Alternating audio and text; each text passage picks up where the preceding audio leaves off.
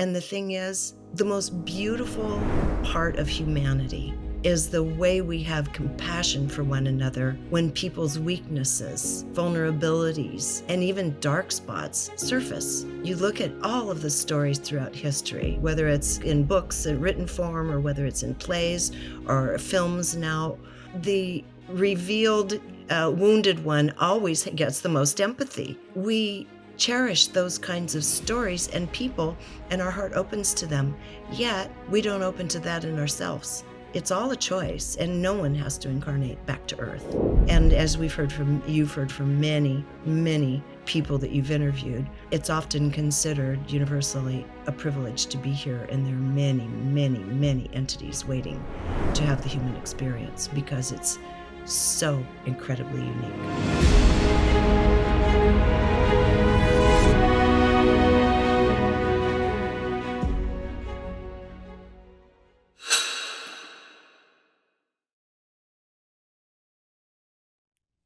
Regina Meredith, welcome on Just Tap In. What are you most excited about right now in your life? Oh my God, that's like writing a gratitude journal. So much. We'll spend the whole time talking about it. I'm really excited about 2025. Just because I think it's going to be the wildest ride of our lives. And I feel really built for those times. I love watching rapid change. I love having to figure out where we fit in and how to respond. And I love so many things about my own life. I love the fact that I've like taken a deep dive back into Argentine tango, which is one of my passions in life. And I like that even mainstream media now is starting to tap in to the things that we're talking about, maybe not to that depth, but it's starting. So conversations all over the world are starting on a new level. That excites me. Last year, I remember you did a video around 2024 where you went to your own guides, you went to people like Sheila Gillette, the Z's, and you asked them, how would you characterize in a few words 2024? I wanted to ask you the same thing, but with 2025 in a few words, how would you characterize this It's a upcoming year? continuation in a sense of 2024, only more chaotic. I think we're going to have much more chaos. And again, I think everyone knows this. Anyone that follows news apps certainly understands that there's been a tonal shift in the goings on in the world right now. Even with the weather, all of it, everything is, and that's the earth speaking. And I know that there's all sorts of political stuff entangled with all of this. And the politics of it, to me, is nothing but a kind of a reflection of the larger energy. It's not the cause of anything. And so I believe that 2025 takes us deeper into the revolution. We're going through a true revolution of consciousness on the planet. And revolution doesn't come cheap. There's always a price tag for it. And the degree to which anyone gets swept up in the cost of it is really about their own lives and how they're choosing to participate. But there's no avoiding the fact that we all chose to be here and be part of this massive revolution in consciousness. The stars are asking for it. The cosmos is demanding it. You've interviewed people like Pamela, so your audience is fully aware we're in times of revolution. So I only see that actually deepening. And you could say the darker side of that is more of a bifurcation in consciousness before a reunion. But truthfully, it all comes together in the end anyway. Because we've seen revolutions in the past that look more external or outwardly. This seems like it's a revolution that's starting from within in our own consciousness. That's right. What are the differences there in terms of those revolutions? Well, we are seeing the external reflections of it. Whenever you have a revolution, whatever is in power in general, whether it's on the spiritual planes, and the spiritual planes are very complex, will not give up without a fight. It's just the way you could say the nature of reality is. So we don't We don't live on a planet that has voluntary progress, so to speak. That's not where this planet is, because it's a beautiful, complex planet that lives between dimensions above and dimensions below, and we're right in the middle, and we're influenced by dimensions on either side. So when it's time for change to happen, it's always going to be chaotic. It has to be chaotic because we're not in a place where we just analyze, disengage emotionally, but allow feelings to continue and let go to let the new in. That's not how humans operate yet.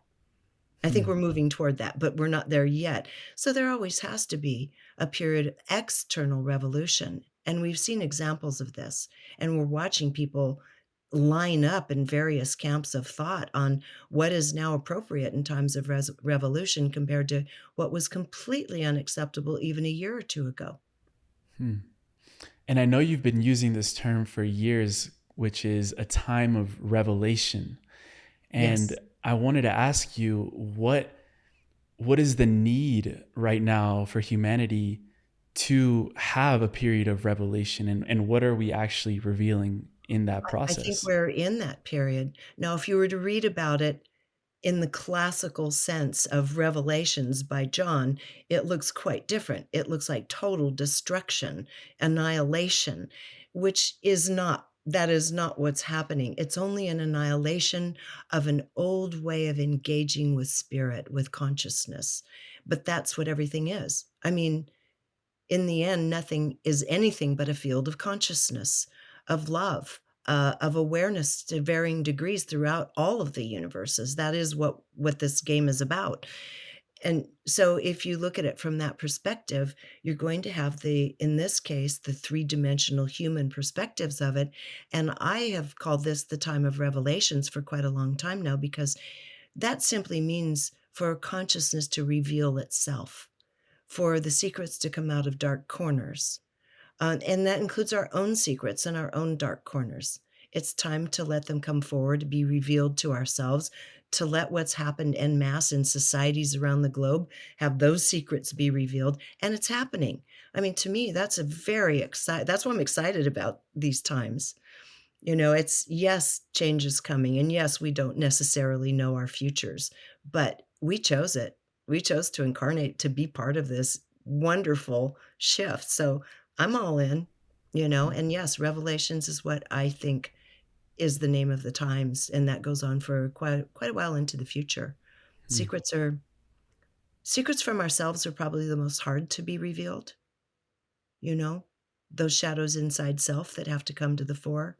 And the thing is, the most beautiful part of humanity is the way we have compassion for one another when people's weaknesses, vulnerabilities, and even dark spots surface.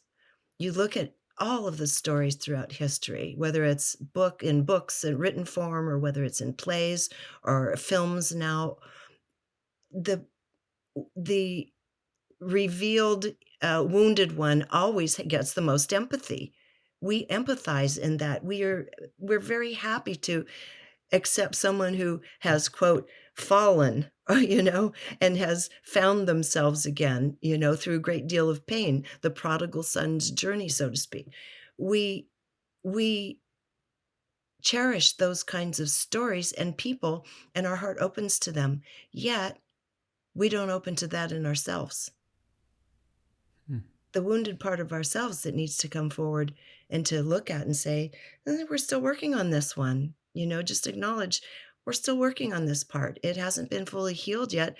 To love yourself through that journey as much as we can love a wounded character in a novel or in a film, I think that's really the key. That might be the big missing link. As all is being revealed, we need to come to love that we're part of that process and love ourselves through it. And I don't say that in any kind of bumper sticker way. Love yourself as you would love a wounded person in a film. Hello, beautiful family. Quick one today. I just wanted to take a moment to thank each and every one of you that have subscribed to this channel. Your subscription means more than you know. Even though it's free, what you're doing is you're empowering a whole channel to be able to do this every single day and continue showing up in the way that we can with all of our resources on hand. Thank you for contributing to the growth of this channel, for sharing it with the people that you love, for creating a conscious movement of individuals that are seeking the sovereignty and the divinity of their soul. This is why we're here. And if you haven't already and you're enjoying this content, I invite you now to look below on that little button that says subscribe and welcome you properly to this community. Thank you for being here. Thank you for being who you are and being pure love and radiating that with everyone that you see. Back to the episode. That's all. And it's oftentimes even harder to go inside of our own dark corners. And you Yes. mentioned those dark corners. You also mentioned John in Revelations. I want to take you back. You were on a peace mission in Israel some years Yes. back, and you went to the John the Baptist Monastery. And in that, something happened where the monastery essentially was empty, and you went about It was bizarre. exploring the place. And you Oh, went yeah. into the caves. You went into the darkness. What did you find inside of those caves? Oh, that was one of the most profound experiences of my life, and I thank you for doing some good research and catching that one, because that was an incredible experience, and it will not all be known to me. It is not all known to me and will not be, but I can tell you what happened and the surrounding circumstance. It apparently was arranged on some level it would happen in this way, because just down the road, Ariel Sharon was in a coma. The news had just come out that um, he had been found on corruption charges, it had been brought up against him, and then he went into a coma the next day. So the media from all over the world, this is just a couple miles from there, was there, and it was Christmas. So this place is normally swarming with people, and it would have been that day. No one was there. The parking lot was empty. And so it was kind of eerie, and I thought, "Okay." We went in, I was with 2 other people, my ex husband, Scott Meredith, and our friend Timothy, and, we went because the baptismal well, there's a monastery built around it. We thought, "Let's go see the baptismal well." And then I saw a little set of stairs just above the baptismal well, and it led to a little cave, and I thought, "Wow, okay." I remembered reading in various texts that John the Baptist was a seer and that he went into the mountains to be able to check in with higher sources and bring back various revelations. And I thought, if this is the cave he was in, now that's stupendous. I'd never heard of the cave. So we all went in, and they just kind of looked around. It wasn't for them. The experience wasn't meant for them. So they just looked around and left, and it was not a large cave. It's a smallish cave and had a tiny little chair or two. I mean, a little tiny footstool there that you could sit on if you wanted to. So as soon as they exited, I sat down on the footstool, and the shows began. I I felt like I was kind of caught off guard at a surprise birthday party while you're still in your jammies or something, unprepared. And so the first thing that happened is this orb, and it actually was a female, started drifting down out of the ceiling diagonally. And then this female emerged, and she was all like kind of like you would expect in a vision, kind of in gossamer white. She told me, I said, What's going on?" And then I noticed my beings from my soul group were in there too. And my friend, who was a channeler of that group of beings, she was alive in Sedona at the time, that she was there. And I thought, okay, this is interesting. What are we doing here? And then I asked the woman's name. She told me her name. I confirmed it with the guides later on. I was off by one letter, essentially, and which changed it a lot, actually. But before I could ask any questions, they started downloading my being with hieroglyphics and going very, very rapidly. Not so fast I couldn't really make them out or catch them. They were just running like a scroll through my being, and I could see them with my inner eyes, and they said, "Don't worry about this. This will come into play at another time." So for some reason, I was being downloaded with all that, and I do have deep Egyptian roots through, past lives and such. And, um, I said, "What is this all about?" And they said, "This is to one the message is also to help you understand you need to live in closer association with your body, because I don't really live in the body. Some people don't, we tend to live outside the body. I'm one of those. And so, yeah, that brought on a whole other little crisis for me later that day when I separated from the group and tried to get into my body because I misunderstood. Had a blasting headache, couldn't function at all, and started crying thinking I had failed. Turns out I had misunderstood what it meant to be in closer association with the body. So Mhm. it was beyond my understanding on one level, but it helped me understand this particular entity came in such a dramatic way because she had been with me forever, but I was unaware of her. I was only aware of a couple of the others, and she wanted me to know to start consciously working with her, and she made her grand entrance so I wouldn't miss her this time. She's like, "Don't ignore me. Don't I'm ignore me here." anymore. And I think these spontaneous downloads are happening more for people around the world. And it's really hard to put an explanation as to what happened to them. Um, do you feel like there is a greater reasoning as to why we're being downloaded with information that the lower mind might not understand? What is it really for? To what purpose are we having these experiences? I believe it's because the time has finally arrived in this huge transition of consciousness where other entities, Cryon is one of them, that talks about the notion that, quote, the veils are thinning, but the veils are simply dimensional fields that are now dissipating between the dimensions that we're traversing. And when you get into dimensions, you're speaking also of a multidimensional mind. And so I believe the idea is that the time has come, and people in your generation, and then the young alphas being born, even more so, with these dissipated energies between what was a clear buffer zone to where we lived 3D. That's dissipating, allowing us direct contact with higher mind, our own higher mind. And when you have contact with, if you get to the point where you have clear communication, even some direct communication with your own higher mind consciously, that means you're also open to others. And then you just have to choose the frequency band you want to relate on. Some people get really caught up in the trappings of, oh my God, I saw an entity, and I was doing this or that, and I saw an entity. Okay, I would not. I would definitely put out a warning against overly attaching to entities one sees that are coming through now. Um, Use discernment and discretion, use your heart. What is that feeling coming from these things you're running into, from the information that you're spontaneously opening to? If it's not centered in the heart, if it's not centered in a kind of a love, bathed in a kind of love, and I mean that in the truly universal sense, then I would simply, you know, watch it and let it go. Hmm. Because entities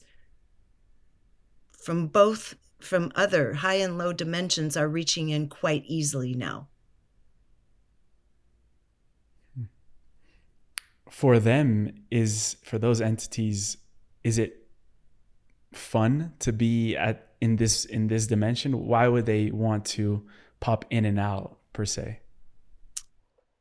I believe that we're talking two different things. If you're talking beings coming in from domains just below the frequency band of where we consciously live day to day, a lot of it is to be able to feel the feelings again, to be able to have some kind of influence or control, and to be able to experience what it's like through a human being. We're almost a surrogate. And so this is a really uh, crass example of it. For example, if you were to go into a bar where you have a lot of regulars that come in, during the day or even just as the bell rings at the end of the day and have issues with alcoholism, There are a lot of permeations in the aura, and you would if you could dial in and see all of the other beings that are there drinking with them, it would make a really funny and fun, sitcom. Because there are a lot of beings surfing off of anyone that has permeability in the aura and has their frequencies a little numbed out. Those are prime pickings, and that happens through any kind of um, any kind of real substance abuse of any kind. Doesn't matter what kind it is. So it just leaves a permeability within the aura. It's not a really strong, clear space that you contain consciously for yourself. Now, some people just live with a super open aura and are open to a lot of things and are born that way. So the test is always for them, and you've probably interviewed a lot of them, to learn discernment over a lifetime. Weird things happen, dark things happen when they're young. They're scared, they don't know what to do with it. I think we're going to be seeing a lot more of that, and that means we need to pay just such dutiful, close attention to our little ones because they're coming in with so much more available to them across the spectrum. It's not just the world that you incarnated into, certainly not the world I incarnated into. These guys have a vast array of dimensional fields now open to them, and they have to learn to navigate them. Now, some of these are very experienced souls and capable of doing this. Some are just it's more happening to them. And so parents need to pay really close attention when a child is saying, I'm seeing this, or so and so was next to me when I was sleeping. Just really pay attention now and always guide everyone toward not non-fear. Number one, don't be afraid. You live here. This is your place, your body, your earth. You have command of this, and you choose who you want to talk to and who you want to associate with, and make sure that the kids know that that's a choice. They have a choice over who they engage with on these other planes. So you'll see a lot of it, a lot more in the future. Hmm. And as these dimensions are colliding in some way, I know you've been playing a lot with the idea of the two Earths scenario, Mhm. or what we've heard as the split Earth theory. What have you understood about that, and how that's unfolding where we are today? Okay. I can tell you this. I'm going to use the lens of my own soul group and what they shared with me and a few others, decades ago on it, which is when I first learned about it. Um, they said that this period of time on Earth, where there would be this great shift in consciousness, not everyone would be able to make that shift. That it depends on your level of knowledge and what you've worked on already, refinement, how long you've been around the planet. They're very clear to state over and over, this is not a judgment of any kind. It's not a hierarchy of any kind. It's nothing but frequencies. And so if you have a soul that has gotten stuck into a bit of a negative spiral, and as their frequencies are suffering, they're looking a little dull and dark and suffering as a result, but they can't seem to get out over the course of lifetimes. It just takes more time. They're really clear that there's nothing but time for a soul to learn, and so it's like looking at a postgraduate student versus a kindergarten student. It's just students of life, students of learning how to master frequencies and understand the nature of reality. So they're very clear not to be judgmental about this. So that's the starting point. But that another Earth, another dimensional Earth, has been created over a long period of time. There are many dimensions of Earth that is very similar to this dimension, just barely phased off, that will allow those who want to continue learning lessons that haven't yet been learned to be able to incarnate to with actual seamlessly, because we have amnesia between incarnations. As a rule, that's what we've had up until now. That's going to start changing, but for now, up until now, some of the people being born are remembering, but generally speaking, we've had that amnesia to protect us. It's not to punish us, it's for protection. to bring in the load of everything that one has been working on and all the trauma a being has experienced since all their incarnations on Earth would be overwhelming to anyone. So we get kind of a fresh start each time. However, the subconscious remembers everything. So that's our personal library. So they said that beings had already started incarnating to the other Earth, and that it was a um, almost a practical thing on a vibrational learning level, that the ones who are learning more rapidly and are progressing with the Earth, which is changing her own frequencies, she's shifting upward.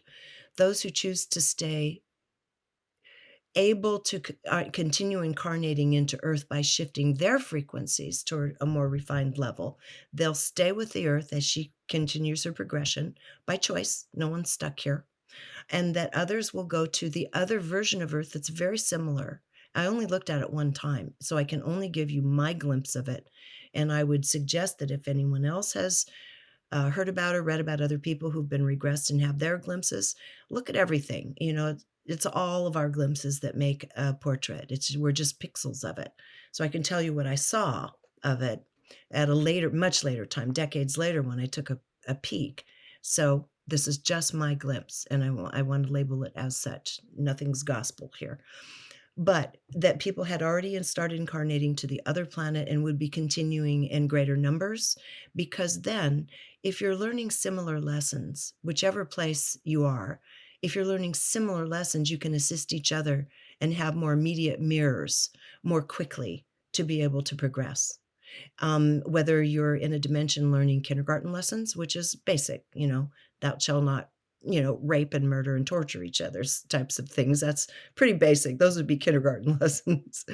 And if you're learning how to just, you're down to refining a judgment you made about someone and feeling guilty about it and not wanting to be in judgment of another anymore, that's another level of lesson that's still yet to be learned, but that's more compatible with where the Earth is going right now. And then you learn that with each other. You're more sensitive to each other and you apologize. I'm so sorry. I was being really judgmental and I hate how I feel when I do that. That's a different level of lesson. Okay. And so you can learn among each other more quickly. So they said it's just a merciful thing. And as soon as lessons are learned in um, the younger grades, that you have a choice. You can migrate over to the other one in the next incarnation. It's all a choice, and no one has to incarnate back to Earth. Mhm. And as you've heard from many, many people that you've interviewed, it's often considered universally a privilege to be here, and there are many, many, many entities waiting to have the human experience because it's so incredibly unique. Hmm. You said that there we have a choice to then incarnate into this other version of Earth between incarnations. Before being incarnated again, you can make a choice. And I guess the question there is, how do we know which Earth we're on right now? Yeah, that's the big question. I thought about that for many, many years, and I have come to my own impression of this because at the time, I never asked them, and I've come to the conclusion because our Earth is going through dimensional shift upward, that this is the planet we're on is if you want to continue refining yourself and growing and learning, that's this planet now, this beautiful planet we're on. Many, many things about the Earth, when we shift our consciousness and our understanding of how things work, even in a material way, this Earth can heal itself overnight. We saw a lot of the evidence of that during COVID. So the Earth will heal herself if we stop kicking her. And we're learning about the ways in which we've been kicking her and that it's not good and stop doing it. And otherwise, she has a bounty of so much possibility, so many offerings, free will, just the free will alone, which is not normal everywhere, of course. And so I believe the Earth we're on is actually the refining version of Earth. And when I took a little glimpse at the other Earth that had been spoken of, this would have been a number of years ago now. What I saw was it was very, very similar in terms of the flora and fauna and environment, geologically, to this Earth. But what I did not see was any technology. It was back to more simple, communal. I don't wanna say tribal, it was beyond tribal living. It wasn't as though we'd gone back to the Stone Ages, but it was though maybe we had gone back 100 years, 150 years, where the technology was not available to us, and the reason for that, apparently, was working on these other basic lessons, A, doesn't require technology, and if you have any kind of untoward, motives, you don't want technology available to be misused. That's already happened here and is happening here, and we're now struggling with how to get control of it again. And we have a much larger struggle ahead with AI, which is here for good. And in the book Lee and I did, Future Human, the Z's said this is not the first time AI has visited Earth. So, we have a lot to learn about that, and we're considering all of it. We have a lot to think about, a lot of decisions to make in mass and also personally and as to how we're going to engage with that, but this has happened before. So the place I saw was simpler. It was people living kind of like in villages, and the basic needs were met, but there was no technology. Hmm. That is Now, if super someone else has interesting. glimpsed into it, have them report and share with us what you've seen. Yeah, and you're referring to that book that you wrote with Lee Harris, where you're asking the Z's questions about the future human. That's coming out in March. And to go even deeper into that, what did you find out through those conversations about technology and artificial intelligence's role in our ancient past? Because we're speaking about the future human, they did not go into great detail about the past other than as it will be reflected in our future. And I don't wanna go I'd have to give so much context because I formed 6 separate conversations with them that were topically driven, about how our brains develop, how our bodies are going to evolve, how our social structures, how our sexuality. I came up with everything I could think of that was still within mainstream interest to talk to them about. So the conversation is built on the one before. So in terms of AI, they simply said, "This has been here before. It is not going away." Um, and that we're going to have to learn how I believe they said, and I have to reread it again shortly because I'll be on a PR tour doing a lot of podcasts on it, but I believe they said it was about a decade from now is when we're going to have the kinda come to Jesus moment, which is when AI is sentient enough that it appears to be self-evolving and a sentient being. And then we have to make some decisions about how we're going to interface with that as humanity. What do we relegate to AI and what do we maintain? What makes us human? I mean, that's a fascinating conversation in itself. Humans are not AI, we are different, but they're going to be capable of so many things that we, at our current state of development, can't do by way of just pure speed, rapidity, calculation, so of course it's going to become self-evolving and sentient. And they said that will be an interesting time about 10 years from now. And that's happened before, and we've had to deal with it in the past. And that's also what Greg Braden is talking all about right now, which is this could be the last generation of pure humans if we take the decision to merge our bodies, our biology with technology, and in a sense relinquishing our divinity. He says that you can't access the divine without your body. So do you see that I as a I potential? n No, not here, because the evolution of consciousness is going to show the incredible sophistication and beauty of the human mechanism to be able to reach out to the divine and to reach out to all, and to be able to feel and have an emotional perception and experience of all of it. There may be a simulation of that, but that's not the same as being human. And so I do not think we will be so unwise en masse to make that decision, but some individuals will. Hmm. And I guess the other potential of that would be to make it so irresistible that we wouldn't want to take that potential. So what would we need to know about the human mechanism that you're saying, or discover about it, or remember about it, for that not to even be like a choice that we would consider? Okay, so as these frequencies are beginning to the divisions between these frequencies are beginning to melt away a bit, and we're beginning to sense into the fields either direction. I'm choosing this way. I'm not going to choose to fool around with lower dimensional fields. That's not for me. Some people may need to play with it a little bit just to get a sense of self, but that's everyone's decision to make.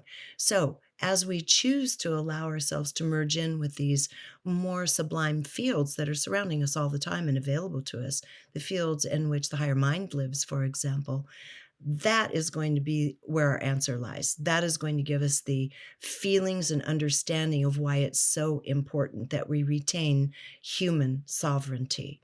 This vehicle is just one gigantic sensory perception tuning fork for the greater mind, for the divine.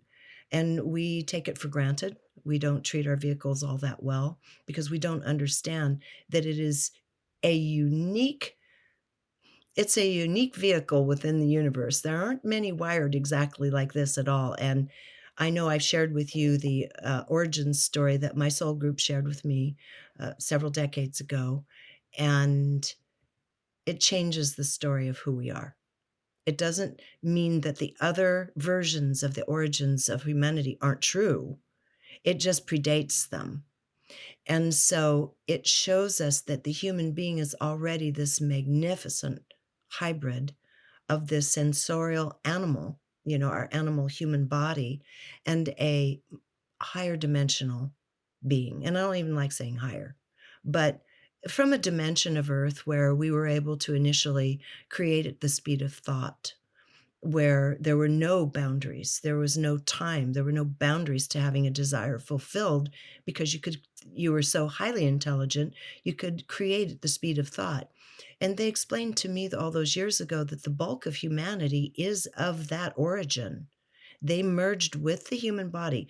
Now, the only other story out there that I'm aware of that's similar to it would be Edgar Cayce's. He said a very similar thing. And I think he was an entity well known to Linda in other past lives as well. So that doesn't surprise me. But this changes the nature of what we are. So the more we can, and we have been changed. I mean, we're not how we started out, which was very difficult. Very few people actually made that merging safely and properly back in the day, many, many millions of years ago. But nonetheless, we've progressed on to where we are now. In fact, my soul group calls it, we're soul development. They don't say soul, they say soul development. I said, why do you keep saying soul development? And they said, because your species is unique and the blending of two different souls has become, it's a developing entity in and of itself. Your soul is not a pure source soul as you incarnate. It's a combination of two different soul sources initially, and it's created an entirely new thing in the universe.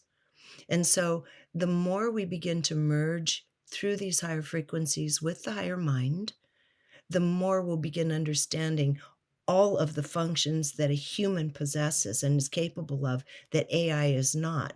But I think it really does require our getting in touch with our higher mind. And you're very much devoted to the Hermetic path. And I heard you once ask the question, what if you were able to create at the level of mind that can simply create a universe? Are we headed toward that potential of utilizing our higher mind in that way? That's a good question. I think for functional purposes, generally speaking, not. I think that we're all part of that spark of the great creator, the Godhead, whatever you choose to term it as, we're already part of that. So being able to simply connect with the higher aspect of ourselves that's a part of that will reveal to us what that entire what the picture, the bigger picture looks like. I don't think there's anyone anywhere in any religious tradition that has ever truly claimed to see the face of the great creator. And the great creator has many other great creators that have created these universes through that ability, through their abilities. I mean, it's just, we can't comprehend that kind of mind. So I don't think humans are necessarily right on track for becoming one of those, but it doesn't mean we don't have incredible creative capacities and the ability to extend ourselves into seeing how things work. I think so. Hmm. When you've remembered your time in Atlantis, you said that they were using their mind in a very powerful, focused way. In what ways were they utilizing their mind back then? Well, when I spoke about that, I believe you're referring to my regression with Dolores Cannon Hmm. when she regressed me, which was a surprise to me. I did not have any idea that's where I was going to end up. Um, so this was, she was still alive, obviously, but this was in 2000, I believe, 99 or 2000. So when she regressed me, I just felt this kind of a aching in my heart. And I thought, where's this coming from? And it was just kind of a somewhat of a pervasive thing. And that's all I told her. I just said, yeah, that's it. Let's see what happens. Well, it went back to the final day of the middle destruction of Atlantis. And I think some background is necessary there in that Atlantis transpired over a very, very great period of time and was a highly sophisticated culture. And it was seeded by the beings from Lemuria. And it was running concurrent with early Egypt. So, see, our understanding of all these time frames is way off. Egypt, the Egyptian culture was a couple 100,000 years old itself. And so there was always travel between all of these places. Sophisticated technology was available back then and used. So it wasn't like you had to get in a canoe and row across an ocean. You could just kind of get on your ship and go or be transported. So there was a Teleport. lot, yeah, teleported. So there was a lot of cross communication and education from the earliest days of Lemuria all the way through into Atlantis. And Atlantis went down in, according to my soul group, and others have seen this as well, went down in 3 stages. And so the upper portions of it were up, would be on, I think, a similar level to Scotland, the UK, and the legends of the Tuatha De Danann, for example, that later became the Druids. That was when the destruction of the upper part of Atlantis went. Those people migrated because they had advance warning. They migrated over there and took that knowledge with them, which lasted for a very long time. The Tuatha De Danann influenced people all throughout Europe and the Middle East and so forth with the original Atlantean, very sophisticated knowledge. And then ultimately became kind of embodied in a simpler fashion through the Druidic faith. And that was the remnant of the Tuatha De Danann. Excuse me.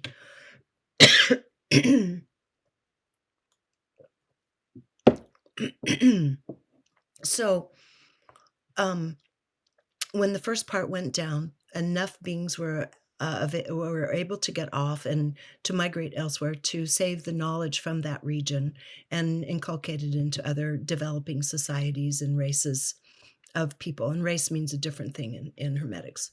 So, referring to the story you're talking about in the regression with Dolores, I had gone back into one of my incarnations in Atlantis where I was working among all females. We were in a temple.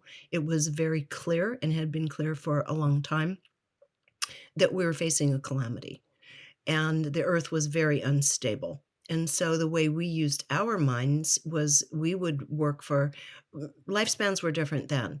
When I went into that regression, I was 232 years old, but I would be approximately a 30-year-old in this lifetime, physically. A lot of We lived, collagen. yeah, we lived very long lives. And so I was the middle generation and the one doing the primary work with others like me. There were some elders that came in for special occasions, but we projected our mind down into the crust of the earth and the mantle and could use our minds to calm and soothe it, just like you would do remote healing on a person. We were doing that on the earth. Now, um, in the regression, there were others that were working in the capital city that were using technology to do the same thing. And in the regression, which is a warning about regressions, you only know what you knew then. It's not like you suddenly open up and see all the truth of everything. You're limited to what you knew in that lifetime. Mm. And for some reason, I had the perception that what was going on in the city was creating more instability because they were ratcheting up the use of their technology. And it wasn't until after I had the regression, I talked the beings in my soul group, and they said, "No, you misunderstood. They were doing the same thing you were doing, but they were doing it with technology." And everyone was aware of how dire the situation was and that this was going to go and all of this would be lost. And, so I went through that process with Dolores, and I saw other things too. I saw there were spaceships that were in our near atmosphere. They had taken some people out so that they would survive it with certain skills and knowledge. The Mayans? Well, the Mayans were too, but that wasn't who I was watching because this was all Atlantis. Yes, the Mm. Mayans were removed to be able to preserve their knowledge at another time and in another place. Yes. But this had to do with Atlantis, and I recognized a couple of the people, actually, and it's too long a story to share with you, but in the weeks that followed, it turned out all that was validated. These people had the same memories I had, and we were there together, and it was without prompting. So, it's always nice when you have validation because, you think, "Hey, this is what I'm seeing, so is it necessarily true?" You don't know till you have validation. I just tuck it away with a grain of salt and see how it's built upon later. But what happened was Dolores told me I said, "We're on our final day. We're gathered in the temple. It's very somber." And I started crying, and I said, "We're just standing still with our amulets in our hands in a circle. It's over. It's all over. There's nothing we can do." And I was thinking the people in the city had created the problem, made it worse than it was, and they hadn't. They were just doing everything they could like we were, and those spaceships were using their technology projecting into the Earth as well. Everyone was trying to stabilize Atlantis because we had reached such a high level of spiritual understanding of technology in a very good way. Just the way our agricultural practices were unbelievable. You wouldn't believe we could light the dark side of the mountain and grew food to perfection. It was beautiful food, everything illuminated. It was free energy. It was a great culture, and it was not corrupt at that time. That came way later. Remember, this is over hundreds of thousands of years, if not longer, the island of, Atlantis, the continent of Atlantis. So she said, "You can move past the event if you want, so you don't have to go through the pain of it." So I did that. I let it go, and then I just kinda, like, popped my eyes open on the other side, and this was probably a decade later when I was reading in Hermetic texts about that day. It was just like what I saw. Everything was burnt to a crisp. The waters were yellow, the fish were floating belly up. There was nothing. And then, of course, it sunk, after that, but it was really awful. And, I was crying, and I said she said, "What's going on?" I said, "We're going to sleep now. I'm going to sleep." And then she said, "What do you mean?" I said, "We're all going to sleep now, and we're going to sleep for a very long time." And I said, "Because if we remembered what we just lost, there would be no incentive to continue incarnating on Earth. We've lost too much. We've just blasted ourselves back to the Stone Ages." And so it turned out it wasn't just us. I mean, that's what was happening to the continent itself. It has its own intelligence. Earth has her own intelligence. That was going down. But that was only the second destruction. That left what we now, when people talk about the great civilization of Atlantis, they're mostly referring to the very final southern phase that would be off the coast of Portugal, or at Morocco is said to be one of the closest areas to it.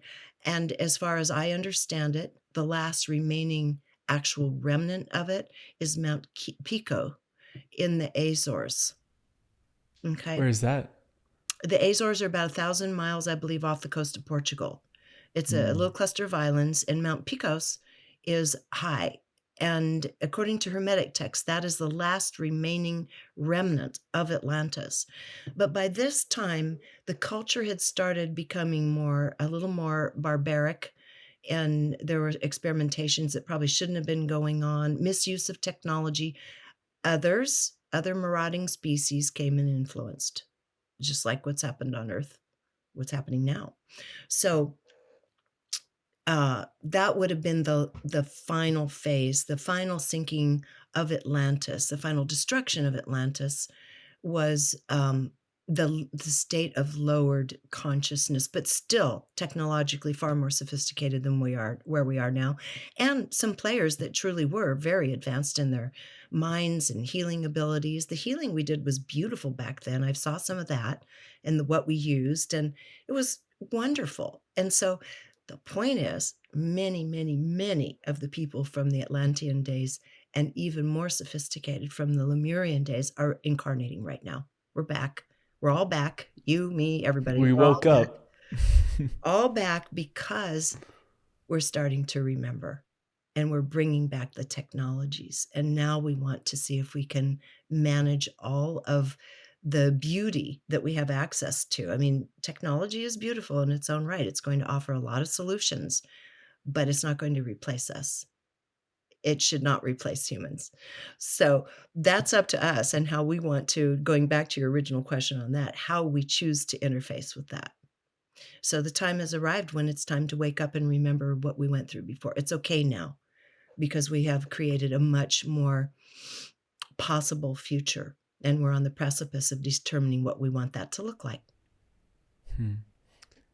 And what do we want that future to look like? Well, I know what I want it to look like. I want it to look like a verdant, healthy planet that gives people the possibility of being able to, like the Z's talked about in The Future Human, we're coming to a point in this species where we're going to start merging mind with heart on a more conscious level, that when we're speaking and thinking and making decisions, it's going to come from through the filter of the heart, which is much more refined and tainted in this universal love. And so the decisions we make by nature will have to be in care for the earth and the care for each other. If this evolution occurs as they're saying, and you can feel it, I can feel it, I think it's already happening. The little ones being born are going to be able to feel it even more readily.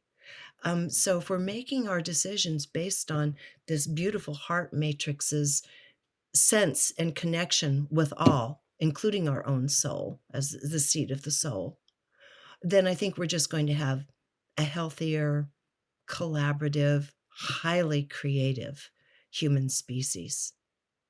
I think that's what's in our future, who have learned to master emotions better. Hmm. What's the relationship with our heart and the magnetic fields of the planet? Well, there's nothing that the heart's not tapped into in terms of magnetism. So it's tapped into whatever prevailing frequencies are running through the heart, and that's partly what keeps the heart motivated. I mean, even from the basic Schumann frequencies, and that also has, by the way, has to do with the mind. The Schumann frequencies have a great deal to do with how the mind matrix works. So yeah, you can't separate our heart from the prevailing frequencies. And if the prevailing frequencies are demanding refinement and love, the new frequencies that are permeating our cosmos and our earth, then our heart has to stay in step with them to remain. Hmm. I would love to speak into judgment there, because I know that in conversation with your own guides, they've talked a lot about, letting go of they call it the guilty pleasure of judgment. And they've also said the world would be a different place once judgment has been weighed on.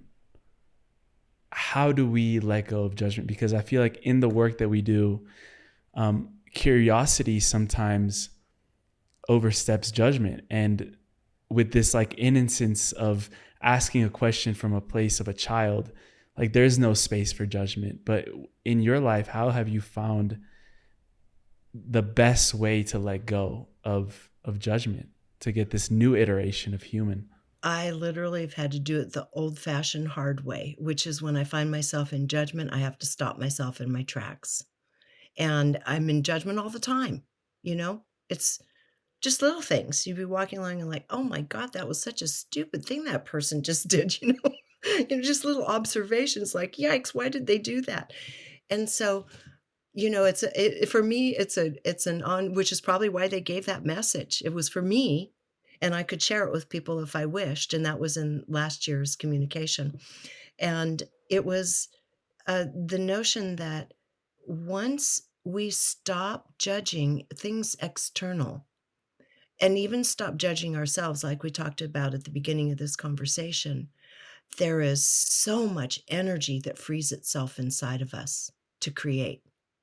Because judgment is having these hard-edged delineations between us and them, me and you, me and the walls or whatever.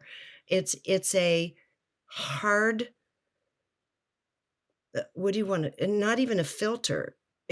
It's almost a hard wall between ourselves and the rest of life. And so we're always bouncing off of us what we prefer or don't prefer, what we like, what we don't like, you know, and these preferences are getting stronger and stronger.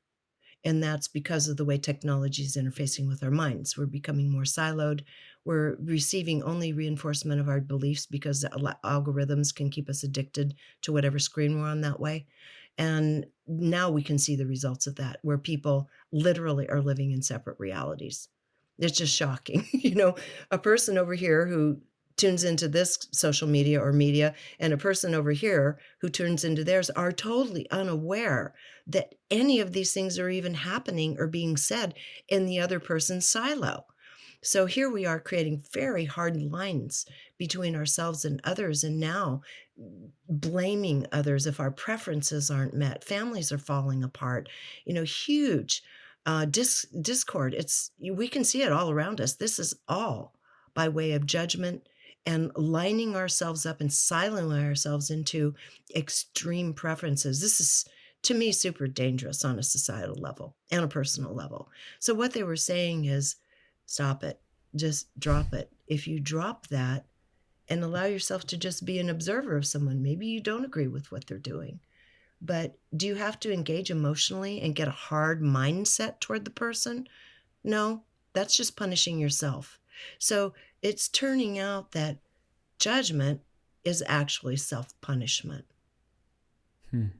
And you know it because if you drop it and you just say, you know what, no judgment here, I'm just listening, everybody's free to be them. There is something that happens. There's a love can rise up and you can start thinking more through the heart. That's just a natural consequence of that.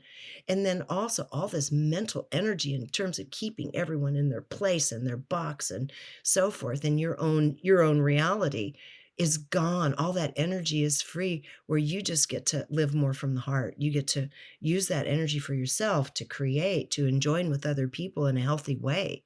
So one of the primary messages that they were giving in that was that it is dampening your access to your own field and your own creativity by separating yourself out and putting everyone in little boxes and judging each other. No bueno. It's hurting Hmm. us. And let's put the situation of, let's say you're meeting someone new for the first time. You don't know anything about them. What few key questions would you ask them to truly feel and understand their heart? Because we're talking about that the new way of relatability is through the heart. So you being a journalist, interviewer, what key questions would you ask someone to really get to the core and the depths of who they are?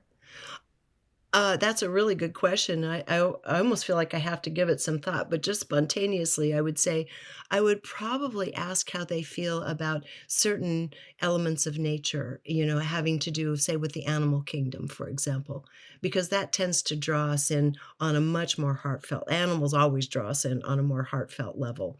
Kind of see where they are with that, or where they just run roughshod over it. So I'd probably try to engage on a naturalistic way with them in the world of nature. And, gosh, I mean, all the simple cliche things come to mind in terms of how they see the innocent. What do they view as innocent? And how they see the innocent in this world. That's something kind of interesting in and of itself.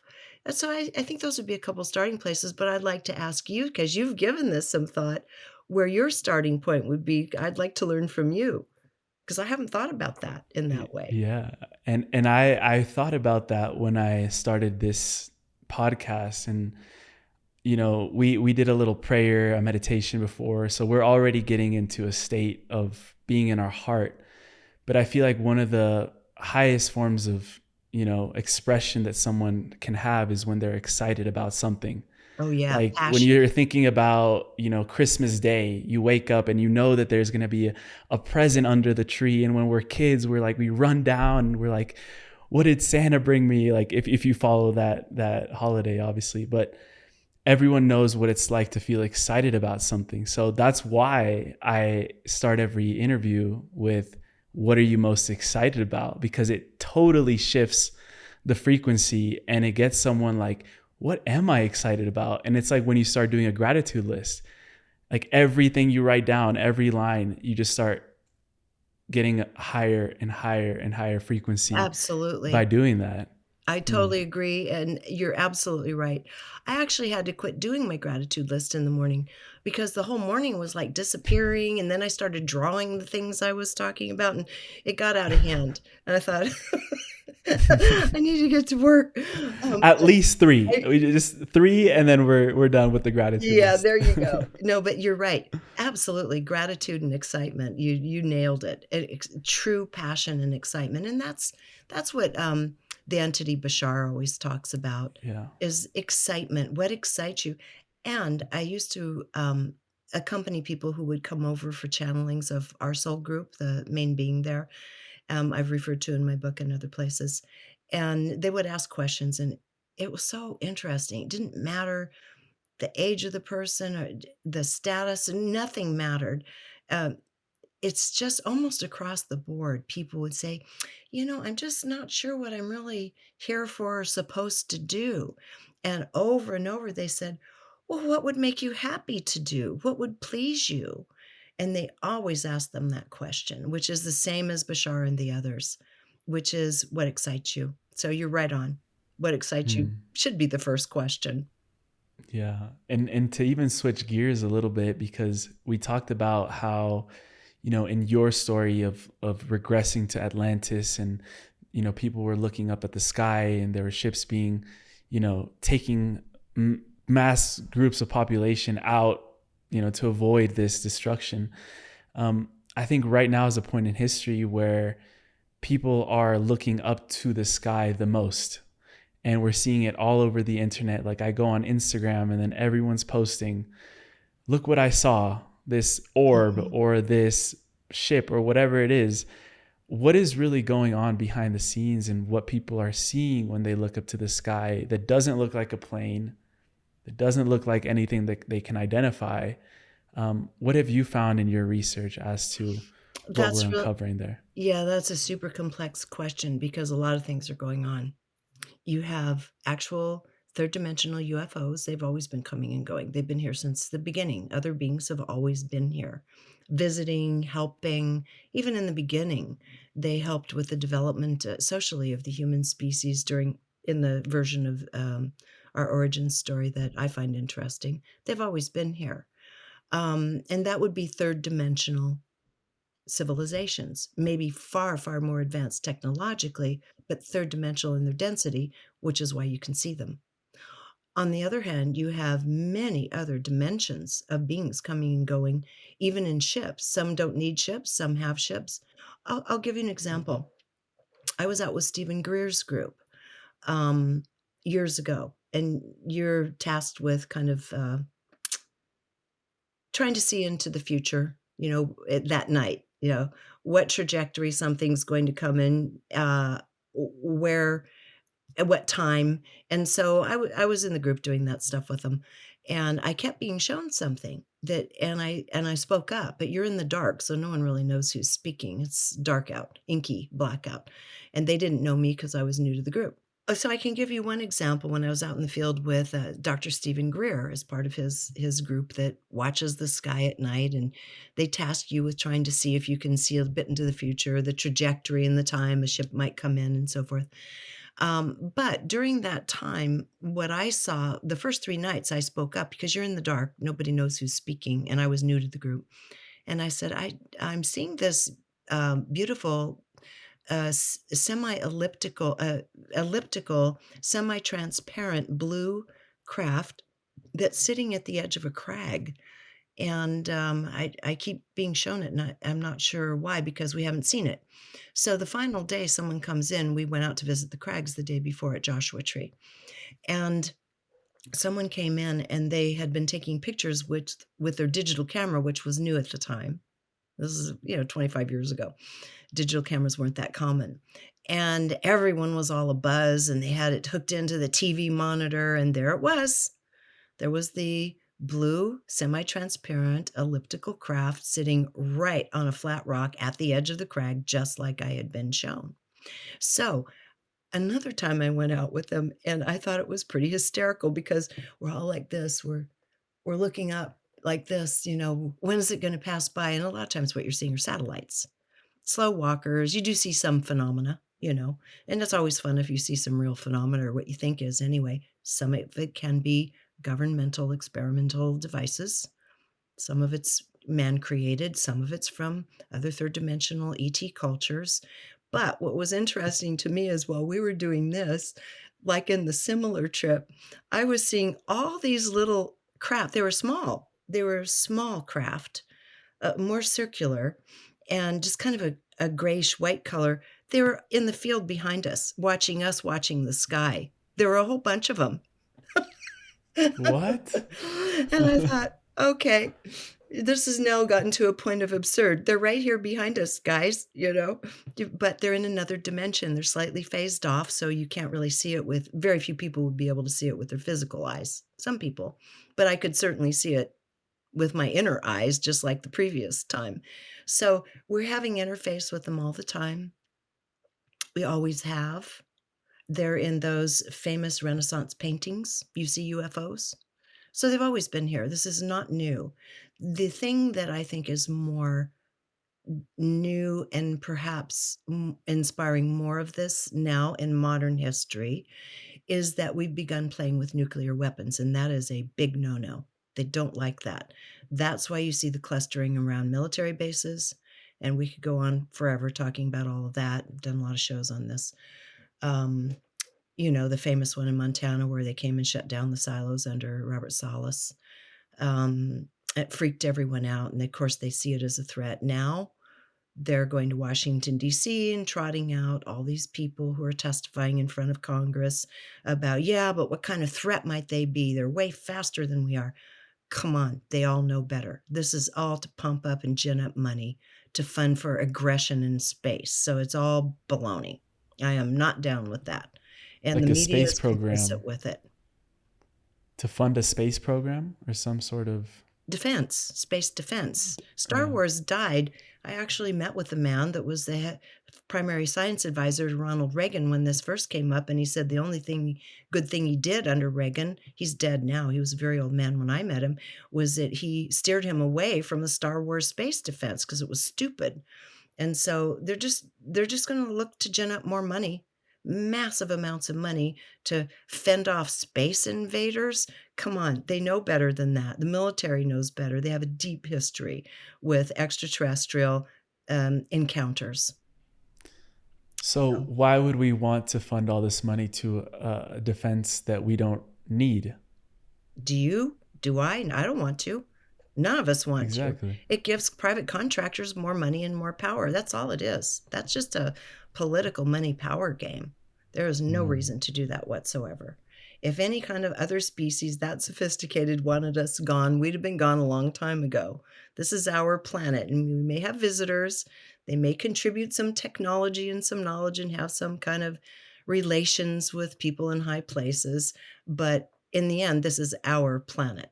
It's not their planet. It's our planet, and we get to choose how we want to live on it and what technologies we choose to engage with. That's our decision as humans, as the dominant species of planet Earth. So I don't even find their presence interesting.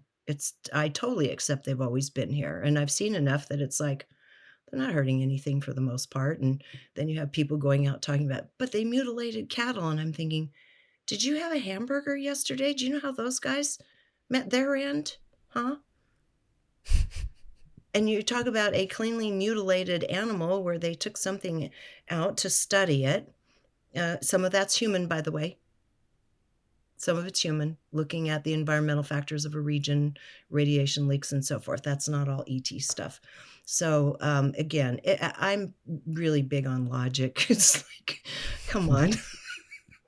I just find a lot of it laughable. They've always been here. They're our friends for the most part, and some are not our friends. And some have tried to influence humanity in ways that you're hearing a lot of entities talk about now. Even a lot of the channelers say, yes, you have been influenced by others, and but we are moving beyond that. So I think as we awaken, we can't have the wool pulled over our eyes anymore, just like this sham of these hearings in Washington, D.C. about, extraterrestrials. What do they call them? UAPs now. Yeah. I knew that this conversation was going to be very deep. And I feel like we are going to continue going down the rabbit hole together. I think so. But not to overwhelm people and go any further, I would love to start tying a ribbon around this beautiful conversation by first asking you, where would you send people to connect with your work, to connect with all the new projects that you are involved in, and anywhere else? We mentioned a little bit the new book with Lee, but where would you send people to connect with you further? The new project with Lee, which people will be hearing, I think you're interviewing Lee on the book as well, which is fabulous. And so that's called The Future Human. That's out March 18th on Amazon. And so I'm going to be doing a lot of podcasts about the content of The Future Human. So that's fun. That'll be all over the place. Of course, Gaia, I'm with Gaia. I'm continuing to do interviews for them. So you can always go to Gaia.com to see my open mind show. And then my own site, Regina Meredith, reginameredith.com, is where I put things like my book club, if you want to join into the book club. And I have quite a few, a lot of interviews there. But I am transitioning over to doing commentary now. Because it's just easier to put a story together, kind of like what we've been doing. Take a topic and bring it in from different angles, which is hard to do in an interview format. So I've made the executive decision. I want to start tying the pieces together for people in commentary because it's just more efficient. And then I'll continue doing the interviews for Gaia. And you know how to research a story and tell it in a beautiful way. So thank you. We end every show with a segment called the Final Trio, where the first two questions are personalized to the guest, and the last one we ask at the end of every show. So for the first one that I had for you, I wanted to ask, what are some ideas, concepts, or beliefs that have opened your mind the most? I think, hands down, aside from the connection with my soul group, where I learned such vast amounts of knowledge for a long period of time. When I first came in contact with the notion of quantum mechanics and mind, that's what blew me open. That's a particular passion of mine is how the greater multidimensional mind works, how we access it, all dimensions of it. So for me, I think that book, that was many years, 40 years ago, I read Beyond the Quantum. That was the book that opened my mind and that really I felt comfortable in that zone with. I'm going to order it right after this. That was my beginning in the quantum journey. Beautiful. If you had the opportunity to ask one question to somebody or some being to get the answer you've always been looking for, what would that question be?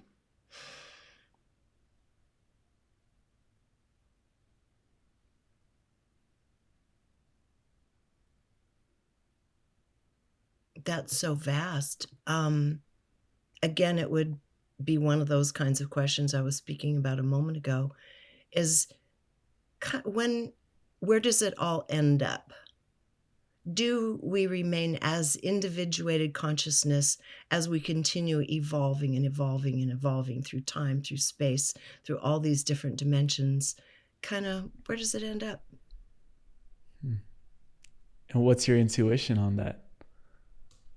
Well, my intuition is, though I'm curious, on the other hand, I'm practical. That is so far beyond where we are right now that we're going to remain as individuated consciousness and having, personally, I love Earth. I love the beauty of this planet. I just love the texture, variety, and beauty of this planet. So for me, the desire would be more to learn how to master the things that are keeping us in lower frequency ranges so that we can literally show up on this earth as the very best version of ourselves and just enjoy the heck out of it for as long as we can until we have learned everything we can and move on to the next place. And there's so much learning between now and then that even though I'm curious about the big question, I'm more interested in what happens here. Yeah. Yeah.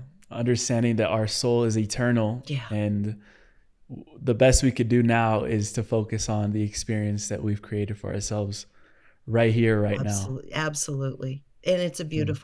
beautiful experience. Even the sad stuff has a beauty to it. The last question we ask at the end of every show, we call it the time capsule question. And it requires us to travel out a little bit into the future, around 15 to 20 years down the line. And I chose out those time frames because I believe that's going to be a time when the young generations of today will be stepping more into leadership positions around the world. And just like any great leader that we see through history, they've had great mentors, great resources, great access to information, wisdom and knowledge, tools. And you were gifted the opportunity to leave behind a time capsule for these leaders that they would open in 15, 20 years down the line. And when they get to that position, they will open your time capsule and be equipped with exactly what they need to help humanity usher in this new golden age that we're headed to. It doesn't have to be anything physical necessarily. It could be a transmission, a quote, a frequency, a painting, whatever you could think of, Mm-hmm. but knowing that they would open this and be equipped with the right things, what would you leave behind in the time capsule? So, do you know the first thing that popped in my head as you're talking, so I'm just going to go with it because it was spontaneous, is a redwood tree.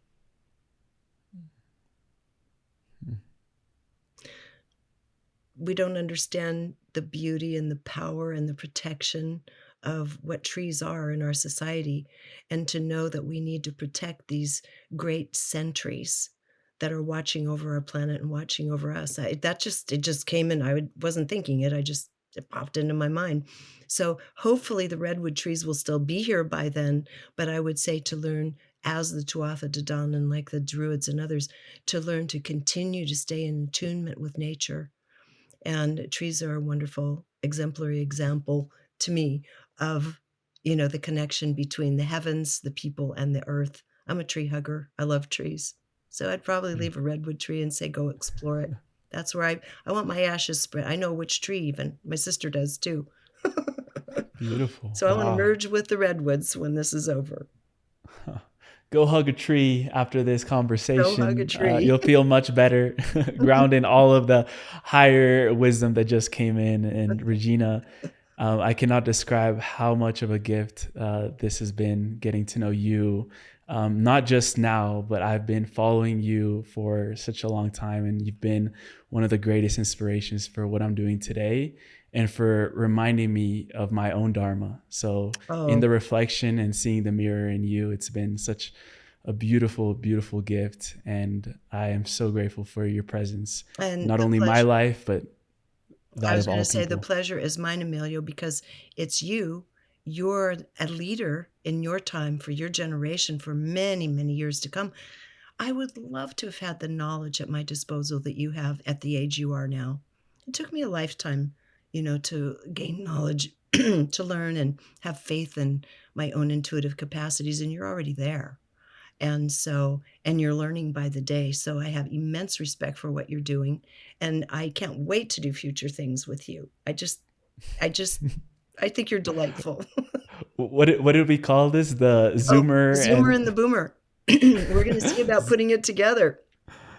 The Zoomer and the Boomer, to have multi-generational conversations, because you have all these things that you're seeing and you're learning, that you're curious about and you're exploring with bright young eyes. And I'm looking at things in a perspective where I've kind of been through a lot already. I've seen a lot of the trends. I've read the books of what has happened historically and come to my own conclusions.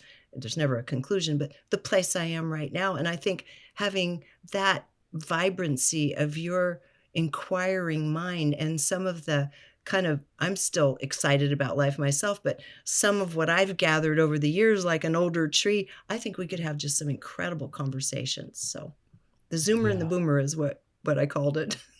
And what we'll do also is we'll invite anyone tuning in now that made it up to here to comment below how you would like to see Regina and I continue collaborating.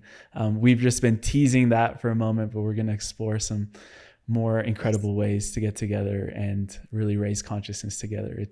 It would be my dream collaboration. So I'm excited to make it happen. I would love it. I would be absolutely delighted if this comes to pass, and I think we can do it. So it will. Beautiful. Until next time. Thank you so much, then. Emilio, for having me on and for such wise, deep, beautiful questions. I mean, you really are the new way. You are the beginning of the new movement of seeking truth. And I have great appreciation for that. It makes me feel good that the future is in good hands that way, because, and this sounds judgmental, but a lot of times on podcasting, there are different reasons people do podcasts. And you can tell when someone's doing it from the heart for the right reasons, and you're one of those people. So I have deep respect for that. And I want you to know that, and your audience too. Thank you for paving the way for us to be here. So appreciate you so much. Welcome.